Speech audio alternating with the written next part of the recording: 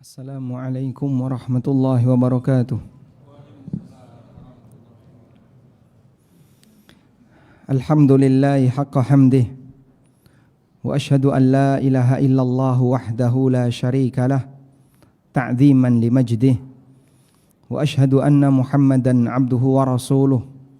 Salawatu rabbi wa salamu alaihi wa ala alihi wa ashabihi wa man sara ala nahjihi wastanna bisunnatihi ila yaumiddin. Alhamdulillah, puji syukur kita haturkan kehadirat Allah Azza wa Jal. Di kesempatan malam ini kembali kita lanjutkan kajian tafsir untuk tafsir Ibnu Katsir. Dan akan kita bahas surat Al-Baqarah ayat 240. Allah Subhanahu wa taala berfirman, وَالَّذِينَ يُتَوَفَّوْنَ مِنْكُمْ وَيَذَرُونَ أَزْوَاجًا وَصِيَّةً لِأَزْوَاجِهِمْ مَتَاعًا إِلَى الْحَوْلِ غَيْرَ إِخْرَاجٍ فَإِنْ خَرَجْنَ فَلَا جُنَاحَ عَلَيْكُمْ فِيمَا فَعَلْنَ فِي أَنْفُسِهِنَّ مِنْ مَعْرُوفٍ وَاللَّهُ عَزِيزٌ حَكِيمٌ.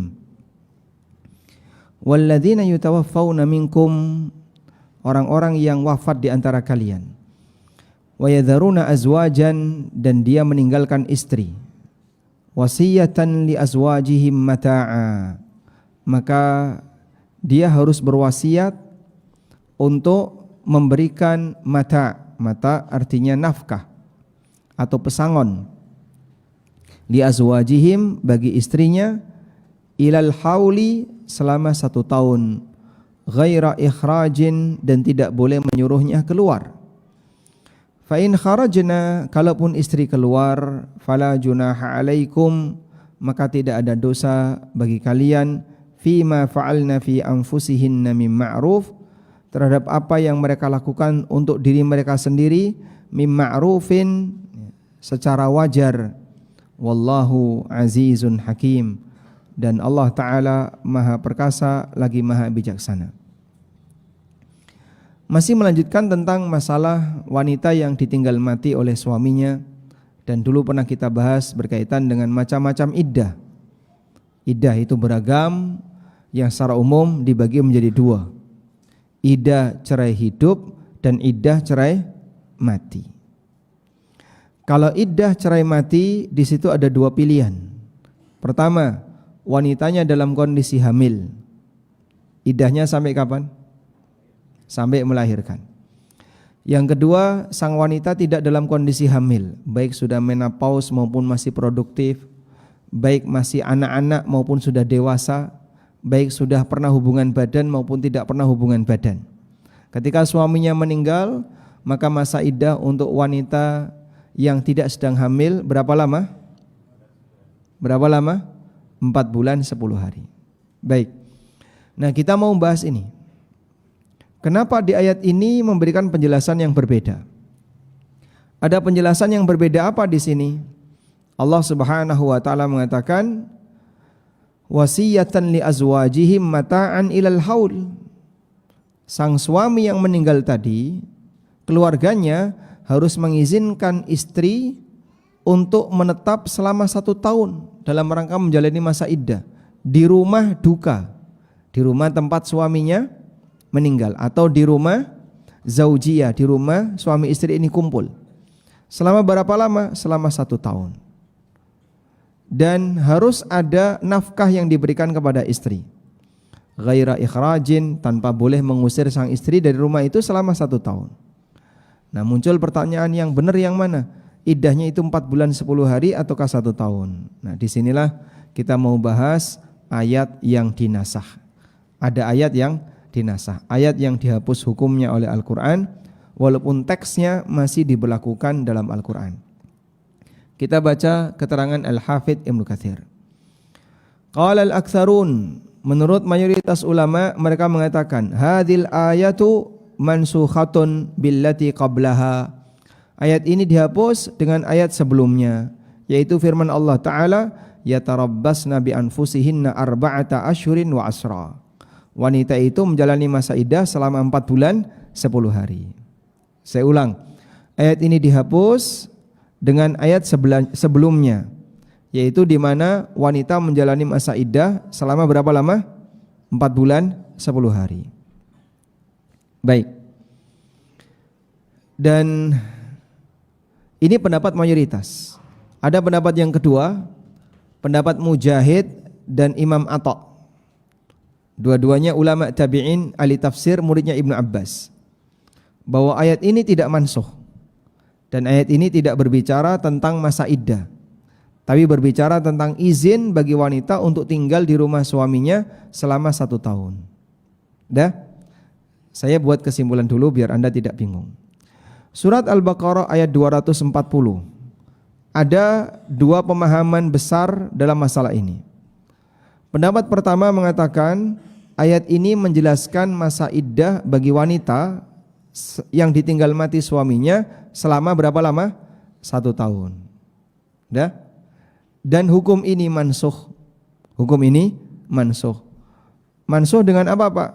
Mansukh dengan surat Al-Baqarah ayat 234. Surat Al-Baqarah ayat 234. Di mana pada surat Al-Baqarah ayat 234 di situ penjelasan wanita yang ditinggal mati suaminya, dia menjalani masa iddah selama 4 bulan 10 hari. Nah, pemahaman seperti ini pendapat jumhur ulama. Kata Al-Hafidz Ibnu Katsir, qala al-aktsarun. Kebanyakan ulama, mayoritas ulama berpendapat seperti itu. Bisa dipahami insyaallah? Baik. Pendapat yang kedua, Al-Baqarah ayat 240, walladzina yutawaffawna minkum wa yadharuna azwajan wasiyatan ilal hauli mata'an ghaira ikhraj. Barang siapa yang suaminya meninggal dan dia meninggalkan istri, wasiyatan li azwajihim mata'an ilal hauli ghaira ikhraj, maka dia harus memberikan izin bagi istrinya untuk mendapatkan nafkah selama 1 tahun, enggak boleh diusir dari rumah itu. Berarti masa iddahnya berapa? Setahun. Nah, pendapat kedua mengatakan ini bukan masa iddah, tapi yang dimaksud dalam ayat ini adalah istri harus diizinkan tinggal di rumah suami selama 1 tahun, bukan dalam rangka menjalani masa iddah. Kalau masa iddahnya 4 bulan 10 hari. Sehingga berdasarkan pendapat yang kedua ini, maka status ayat tidak menghapus atau tidak dihapus dengan ayat sebelumnya, tidak bertentangan dengan Al-Baqarah ayat 234. Insya Allah bisa dipahami ya? Masih bingung? Masih bingung? Saya ulang ya, diulangi lagi. Karena saya sendiri membaca tafsir Ibnu Katsir berkali-kali baru paham. Nah, karena mau menyampaikan Anda harus dibuat dengan bahasa yang lebih sederhana, intinya paham. Saya ulang ya. Fokus di Al-Baqarah 240 dan Al-Baqarah 234. Ada 2 ayat yang secara makna nampaknya berbeda. Al-Baqarah 240 memberikan informasi wanita yang ditinggal mati oleh suaminya tinggal di rumah suami selama 1 tahun dan dikasih nafkah selama 1 tahun tadi. Ini dipahami oleh mayoritas ulama menjelaskan tentang masa iddah selama 1 tahun. Nah, ketentuan ini dihapus oleh Al-Baqarah 234, di mana wanita yang ditinggal mati oleh suaminya menjalani masa iddah berapa lama? 4 bulan 10 hari. Pemahaman seperti ini adalah pemahaman jumhur ulama. Yang kedua, pendapat yang kedua, Al-Baqarah 240 itu tidak menjelaskan masa iddah, tapi Al-Baqarah 240 itu menjelaskan wajibnya bagi keluarga suami untuk mengizinkan istrinya yang ditinggal mati oleh suaminya untuk tinggal di rumah suaminya selama 1 tahun dan dipenuhi nafkahnya selama 1 tahun. Nah, terus masa iddahnya berapa lama? Masa iddahnya 4 bulan 10 hari, bukan 1 tahun. Sehingga ini tidak bertentangan dengan Al-Baqarah 240, tidak bertentangan dengan Al-Baqarah 234. Sudah? Sehingga Al-Baqarah 234 menjelaskan tentang masa iddah bagi wanita yang ditinggal mati suaminya. Al-Baqarah 240 menjelaskan tentang hak seorang istri yang ditinggal mati oleh suaminya. Dia punya hak untuk tinggal di rumah suaminya selama 1 tahun plus dipenuhi kebutuhannya. Baik. Dan ini pendapat Atha dan Mujahid. Ini pendapat siapa? Atha dan Mujahid. Maka berdasarkan pendapat yang kedua itu tidak ada nasakh dan mansuh untuk ayat 240. Baik. Mungkin pendapat ini agak rumit untuk dicerna, makanya saya arahkan kepada Anda fokus saja di pendapat yang pertama. Sekarang kita akan bahas mengenai ayat yang mansuh tadi. Berdasarkan pendapat jumhur, ayat ini dimansuh. Al-Baqarah 240 dihapus hukumnya oleh Allah dengan Al-Baqarah 234. Lalu muncul pertanyaan, kalau hukumnya sudah dihapus, kenapa teksnya masih ada? Kalau hukumnya sudah dihapus, kenapa teksnya masih ada? Jadi berbicara tentang masalah hukum dalam syariat ini beragam ya. Satu, ada yang teksnya ada dan hukumnya berlaku. Ini yang umumnya ada, yang umumnya terjadi. Ya. Yang kedua, ada yang hukumnya berlaku tapi teksnya tidak ada.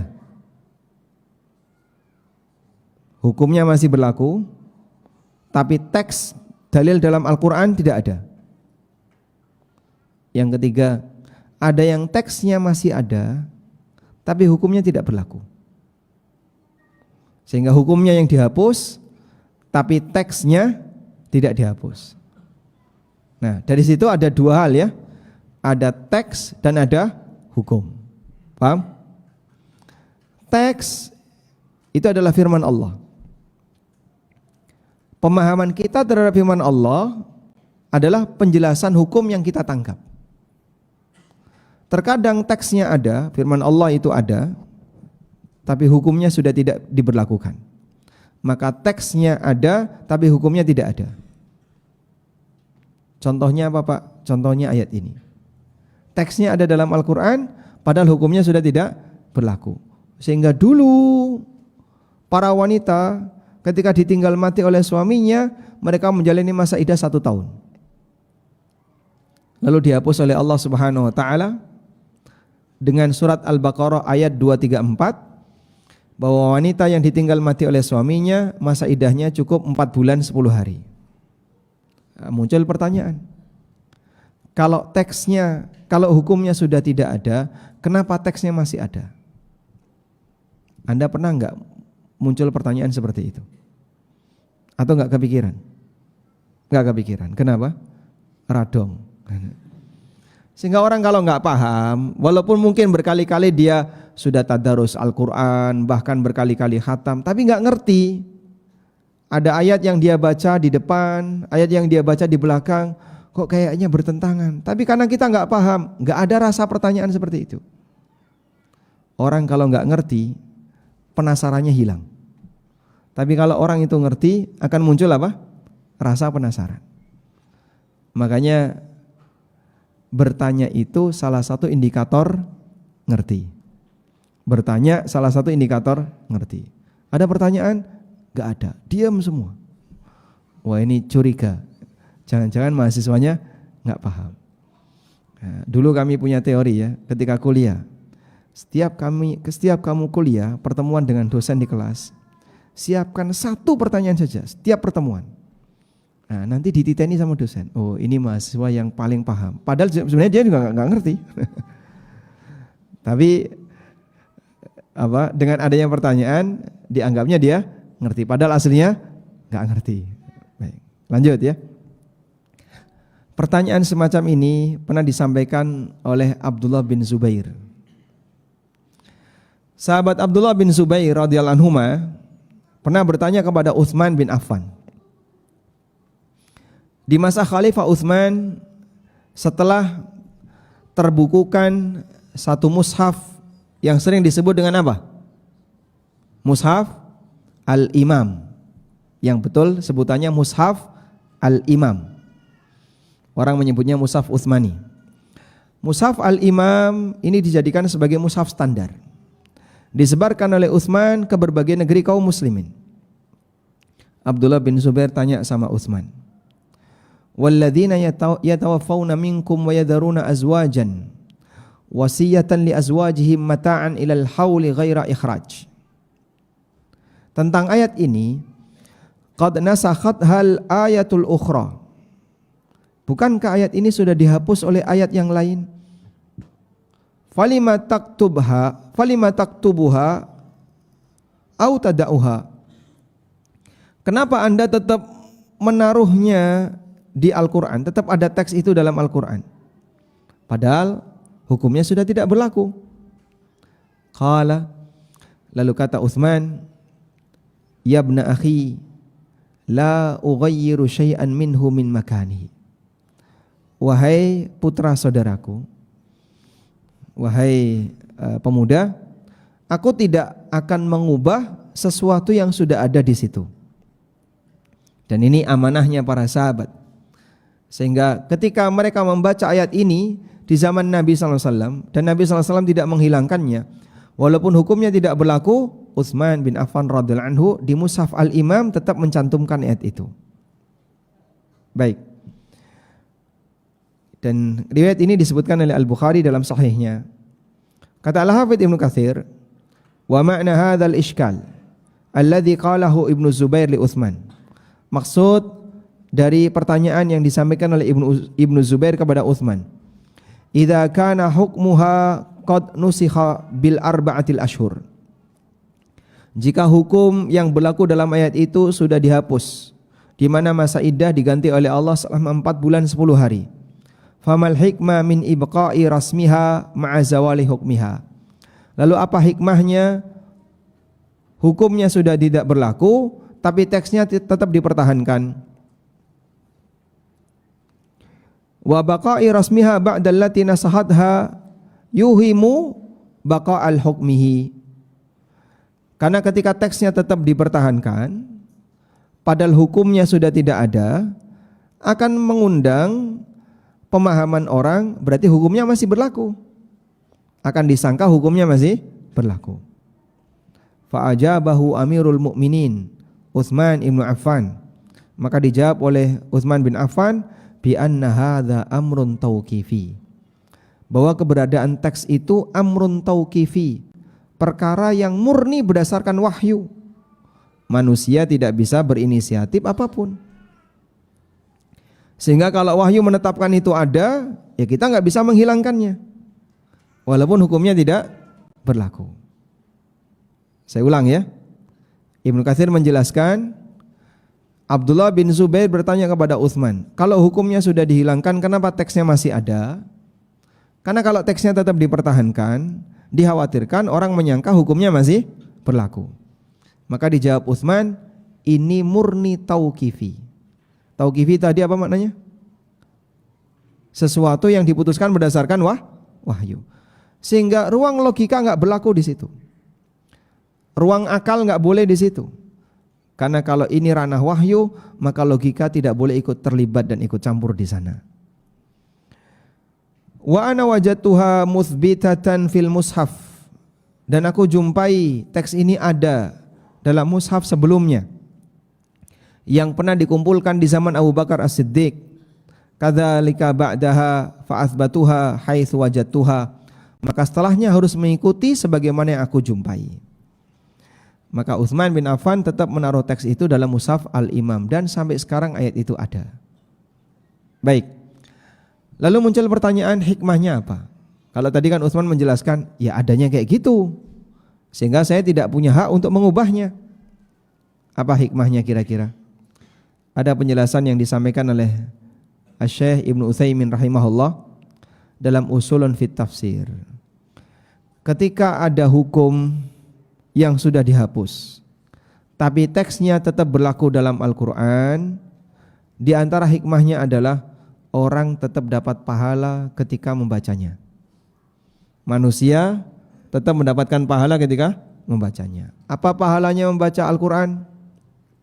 1 huruf dapat pahala 10 kali. Sehingga ketika Anda membaca walladzina yutawaffawna minkum wa yadharuna azwaja, siapa di antara kalian yang mati dan meninggalkan istri, di situ ada banyak huruf.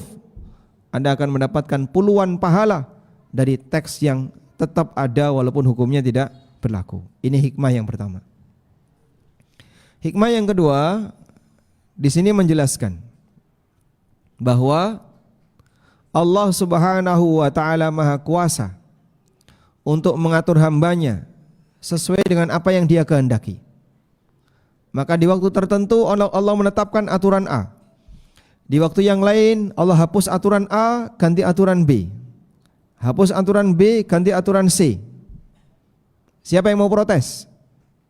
Hamba tidak punya hak untuk protes. Li'annahu aziz, karena Dia zat yang maha perkasa. Dan perkasanya Allah, hukum Allah tetap berlaku walaupun hamba tidak setuju. Karena terkadang ada sebagian orang yang mereka itu merasa tidak setuju dengan teks Quran. Di salah satu masjid saya pernah membahas kitab Umdatul Ahkam. Di bab yang terakhir itu pembahasan tentang masalah perbudakan. Pendengarnya sebagian besar adalah dosen-dosen UGM. Nah, salah satu di antara mereka tanya, sekarang kan perbudakan itu sudah tidak berlaku. Dengan adanya konferensi Jenewa, di mana dunia sudah tidak lagi memberlakukan yang namanya perbudakan. Kenapa teksnya masih ada dalam Al-Quran? Konferensi Jenewa tahun berapa? Tahun berapa? Ada 80 tahun yang lalu? Bersamaan dengan kemerdekaan Indonesia? Mungkin belum sampai 80 tahun. Al-Quran sudah 1400 tahun lebih. Orang ini bilang, kalau sudah tidak ada perbudakan di alam ini, di bumi ini sudah tidak ada, kenapa teks Al-Qur'annya masih ada? Sebutkan teks Quran yang menyebutkan tentang masalah budak. Sebutkan teks Quran yang menyebutkan masalah budak. 8 asnaf yang berhak dapat zakat, salah satunya budak. Nah, menurut dia gini, wah ini kenapa masih ada? Lah terus harusnya gimana? Kalau dicoret saja gimana? Masya Allah. Berarti kita revisi ini Quran ya. Sehingga bagian-bagian yang sudah tidak berlaku di masyarakat, wah ini sudah enggak relevan, coret. Apalagi coret. Ini sudah enggak ada, coret. Apakah kita punya hak untuk itu? La haula wala quwata illa billah.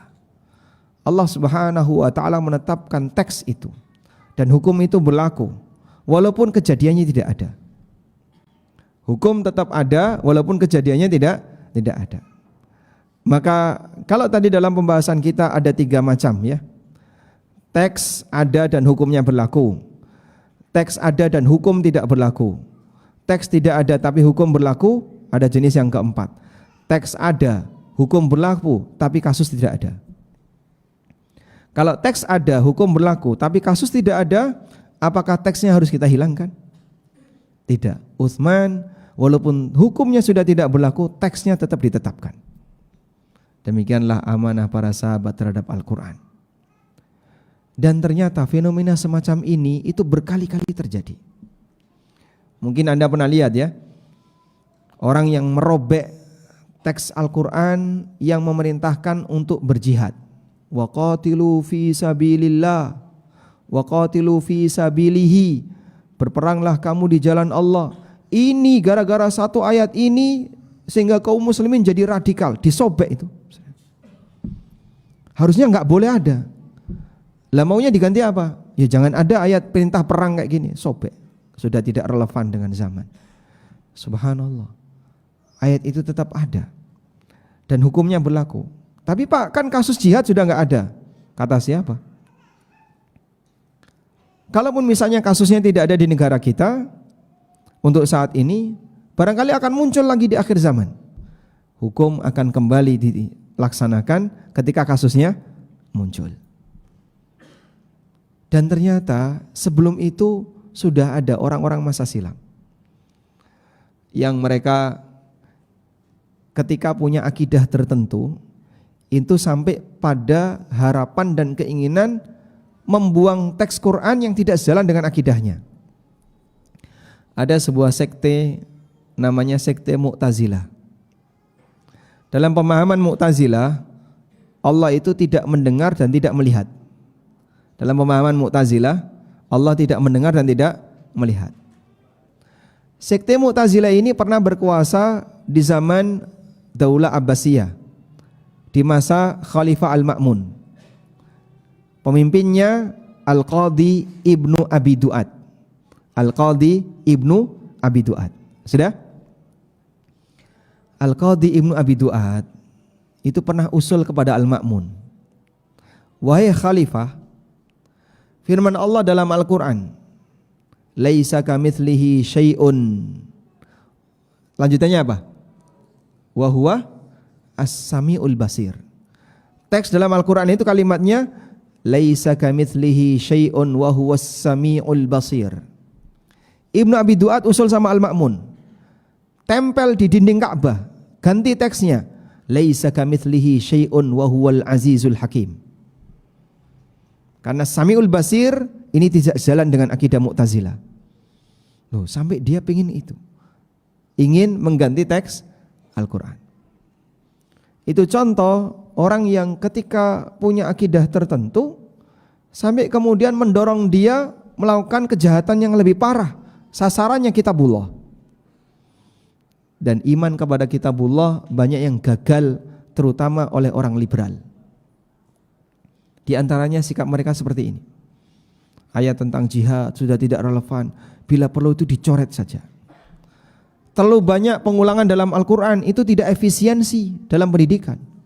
Makanya kalau bisa dibuat lebih ringkas, sehingga pernah dilakukan, mau ya, alhamdulillah nggak jadi, proyek ringkasan Al-Quran. Dan itu dulu pernah mau jadi proyek di UIN Sunan Kalijaga. Masya Allah, ada mahasiswa yang dari sana.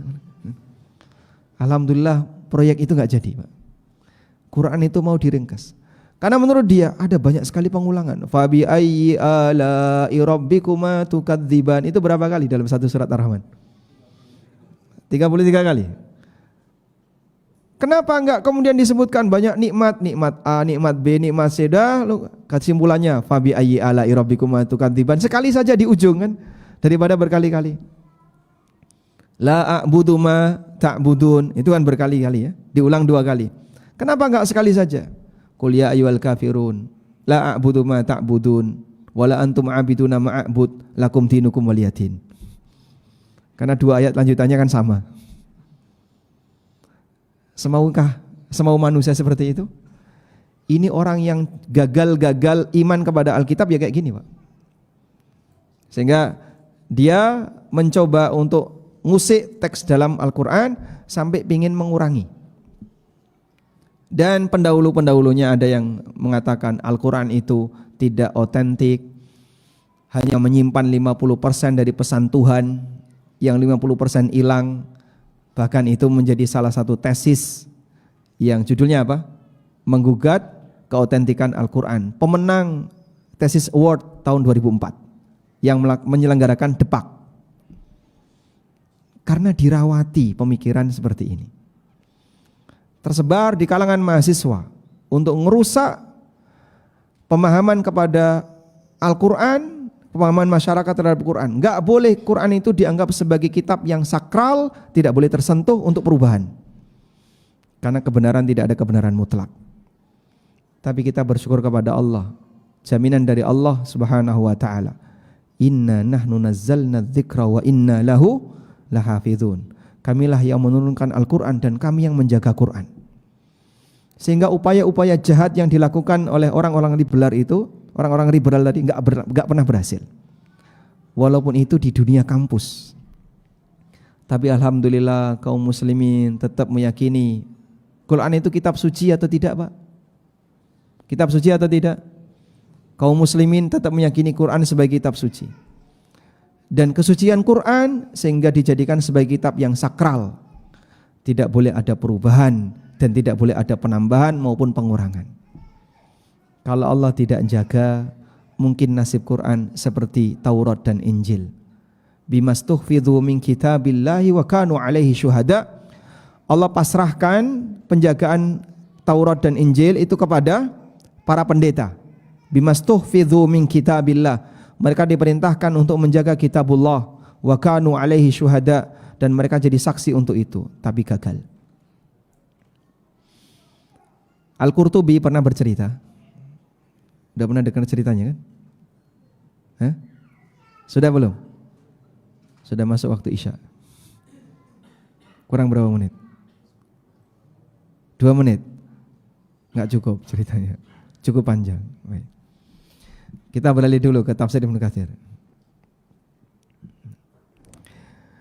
Qala Ibnu Abi Hatim, Ibnu Abi Hatim meriwayatkan dari Ibnu Jurayj dan Utsman bin Atha dari Ibnu Abbas. Ayat ini walladzina yutawaffawna minkum wa yadharun azwaja, kata Ibnu Abbas, fakana lil mutawaffa anha zawjuha nafaqatuha wa suknaha fid dari sanatan. Hak bagi istri yang ditinggal mati oleh suaminya, dia punya hak untuk nafkah dan tempat tinggal selama setahun di rumah suami. Nah, menjalani masa iddah setahun dihapus dengan surat Al-Baqarah ayat 234. Sementara hak nafkah selama 1 tahun dihapus oleh Allah dengan ayat warisan. Fanasakhatha ayatul mawarith faja'ala lahunna rubu' awith thumun mimma tarakaz zawj. Lalu Allah hapus dengan adanya ayat warisan, di mana istri punya hak berapa? 1/4 atau 1/8 dari harta warisan yang ditinggalkan oleh suami. Sehingga berdasarkan riwayat ini Ibnu Abbas memahami bahwa yang menghapus 1 ayat ini itu ada 2. Satu surat Al-Baqarah yang menjelaskan tentang masa iddah wanita yang ditinggal mati oleh suaminya, yaitu 4 bulan 10 hari. Yang kedua ayat warisan yang ada di surat An-Nisa ayat 12. Wallahu alam. Kita lanjutkan setelah adzan Isya insyaallah. Wassallallahu ala nabiyyina Muhammadin wa ala alihi wa sahbihi wasallam.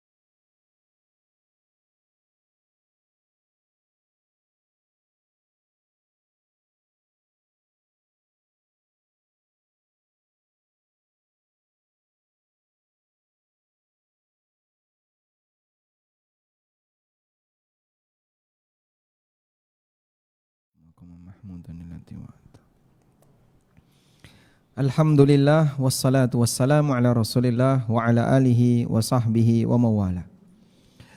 Teks Al-Quran tauqifi, artinya semuanya ditetapkan oleh Allah berdasarkan dalil, sehingga kita tetapkan apa yang ada di dalamnya dan wajib kita terima teksnya maupun maknanya. Sehingga kalau kita gagal dalam menerima seperti ini, maka masuk kategori gagal berkaitan dengan iman kepada kitab. Dan bagian dari rukun iman yang 6 adalah iman kepada kitabullah.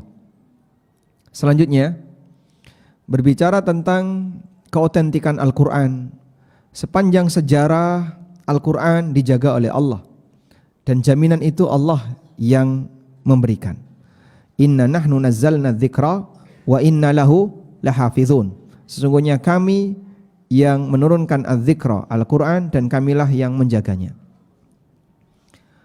Sementara kitab-kitab sebelumnya mengalami perubahan. Kitab sebelumnya mengalami perubahan. Upaya yang dilakukan oleh orang kafir untuk membuat ayat palsu ada enggak, Pak? Berkali-kali. Sehingga non-muslim, orang kafir dari berbagai macam agama, entah dia Yahudi atau Nasrani, terkadang menyebarkan ayat palsu, menyisipkan ayat-ayat palsu, lalu disebarkan di tengah kaum muslimin. Pernahkah itu berhasil? Tidak, karena Allah yang menjaga. Sehingga ketika ada ayat palsu, teks palsu, tidak pernah kemudian berhasil tersebar di tengah kaum muslimin. Ketahuan, kemudian ayat itu atau Quran yang dicetak itu lalu ditarik oleh penerbit, karena Allah Subhanahu wa taala menjaganya. Demikian pula yang terjadi pada kitab sebelumnya. Yahudi dan Nasrani mengubah isi Taurat dan Injil. Jadi ada fenomena menarik seperti ini. Ahli kitab berusaha untuk mengubah isi Quran, tapi gagal. Tapi kaum muslimin tidak pernah melakukan pembalasan, mengubah isi Injil. Pernah enggak dalam sejarah kaum muslim membuat Injil palsu itu? Ada? Pernah, Pak? Kaum muslimin membuat Injil palsu itu pernah? Sebagai balasan karena kalian mau memalsu Quran, kita balas, buat Injil palsu. Ada? Enggak usah dibuat Injil palsu, sudah mereka palsukan. Jadi kita tidak melakukan perubahan apapun terhadap kitab itu. Namun kitab itu mereka sendiri pelakunya yang melakukan perubahan. Dan itulah yang membuat sebagian Yahudi atau Nasrani masuk Islam. Al-Qurtubi pernah bercerita kisah yang pernah terjadi di zaman Al-Ma'mun. Mungkin sebagian sudah pernah mendengar cerita ini. Pada waktu Al-Ma'mun sedang berada di sebuah majelis, dia ketemu dengan seorang pemuda yang pakaiannya rapi, kemudian bicaranya bagus, santun orangnya. Lalu ditanya oleh Al-Ma'mun, Bani Israel, apa benar kamu ini orang Yahudi, Bani Israel? Dia jawab, iya. Al-Ma'mun kemudian menjanjikan, silahkan kamu masuk Islam. Kalau kamu masuk Islam, kamu akan kami beri hadiah nilainya sekian, hadiah yang besar. Tapi si pemuda Yahudi ini punya prinsip. Hadza dini wa dinu abi. Ini agamaku dan agama bapakku. Jangan coba-coba mempengaruhi aku untuk berubah. Ya? Akhirnya berpisahlah Al-Ma'mun dengan pemuda ini. Setahun berikutnya Al-Ma'mun ketemu dengan pemuda ini. Tapi sekarang dia sudah masuk Islam. Penampilannya sebagai seorang muslim, dan dia sudah tinggalkan agama lamanya sebagai orang muslim. Al-Ma'mun kemudian tanya, "Loh, kamu kan orang Yahudi dulu yang pernah ketemu aku?" "Iya. Sekarang saya sudah masuk Islam." Lalu Al-Ma'mun tanya, "Apa yang membuat kamu masuk Islam?" Si Yahudi ini bercerita, "Setelah saya meninggalkan Anda, saya jadi mulai penasaran terhadap Islam. Akhirnya saya membuat eksperimen untuk 3 kitab suci. Tulisanku bagus. Dan di masa silam kan tidak ada mesin fotokopi atau mesin cetak, sehingga orang bisa punya kitab dari hasil menyalin. Maka aku salin Injil, aku salin Taurat, dan aku salin Al-Quran. Aku tulis Taurat dengan tulisanku yang sangat bagus, aku tambahi, aku kurangi isinya. Terus aku jual ke tempat percetakan Taurat. Diterima, saya dibayar. Kemudian aku tulis Injil, saya tambahi, saya kurangi, terus saya jual ke tempat percetakan Injil. Diterima. Lalu aku tulis Al-Quran, tak tambahi, tak kurangi, tak bawa ke percetakan Quran, ditolak. Sejak saat itu saya semakin yakin tidak ada kitab yang terjaga keasliannya kecuali Al-Quran. Terus dia tinggalkan agama lama dan dia masuk Islam. Sehingga dia berproses dari hasil eksperimen. Allah Subhanahu wa taala menjaga kitabnya walaupun banyak manusia berusaha untuk merusaknya. Maka generasi dan budaya Yahudi ini yang kemudian diikuti oleh sebagian orang liberal dengan berbagai macam cara. Ada yang berusaha untuk mendangkalkan keyakinan kaum muslimin terhadap Quran. Jadi mereka itu punya proyek, gimana caranya biar Quran ini bukan kitab suci. Nah, kalau Quran bukan kitab suci kan terbuka peluang untuk menerima kritik sampai pada koreksi teks sebagaimana buku-buku pada umumnya. Tapi mereka enggak berhasil. Akhirnya yang dilakukan adalah menyerang sebagian dari teks Al-Quran dianggap tidak relevan. Lalu mereka mengusulkan gimana kalau kita hapus saja ayat-ayat seperti itu. Waliyadzubillah. Tapi kita selalu yakin bahwa upaya apapun yang dilakukan oleh orang yang benci kepada Al-Quran tidak akan pernah berhasil. Sebagaimana dulu orang musyrikin, mereka banyak memberikan tuduhan terhadap Al-Quran tapi dijaga oleh Allah, dan bahkan ada banyak ayat tantangan. Wa in kuntum fi raibim mimma nazzalna ala abdina fa'tu bi suratin mim mithli wad'u syuhada'akum. Kalau kalian masih ragu terhadap Al-Quran yang kami turunkan kepada hambaku, coba buat satu surat. Dan mereka enggak berhasil. Dan bahkan Allah Subhanahu wa taala memberikan tantangan, lau inijtama'atil insu wal jin ala ayyatu bimithli hadzal Qur'an. Andaikan jin dan manusia itu kumpul untuk kerjasama membuat kitab yang semisal dengan Quran, la ya'tuna bimithlih, mereka tidak akan berhasil melakukannya. Maka bagaimana mungkin Muhammad seorang diri dituduh bisa membuat Quran? Padahal kalian yang orang-orang ahli bahasa, wahai orang Arab, ahli syair, pinter dalam masalah tata bahasa, kumpul jadi satu, anggaplah ini produk bersama. Buat produk bersama, hasil kerjasama. Jin dan manusia kumpul, enggak berhasil. Kok bisa-bisanya kau tuduh Muhammad membuat Quran? Maka Allah tidak ridho ketika ada orang mengatakan in hadza illa qaulul bashar. Quran itu tidak lain adalah ucapan manusia. Lalu Allah kasih ancaman, sauslihi sakor. Yang ngomong kayak gini akan aku masukkan ke dalam sakor, ke dalam neraka. Dalam Al-Quran Allah banyak membela Al-Quran.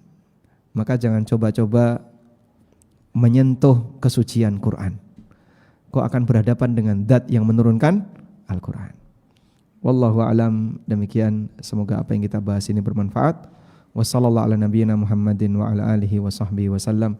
Wa akhiru da'wana anil hamdulillahi rabbil alamin. Wassalamu alaikum warahmatullahi wabarakatuh.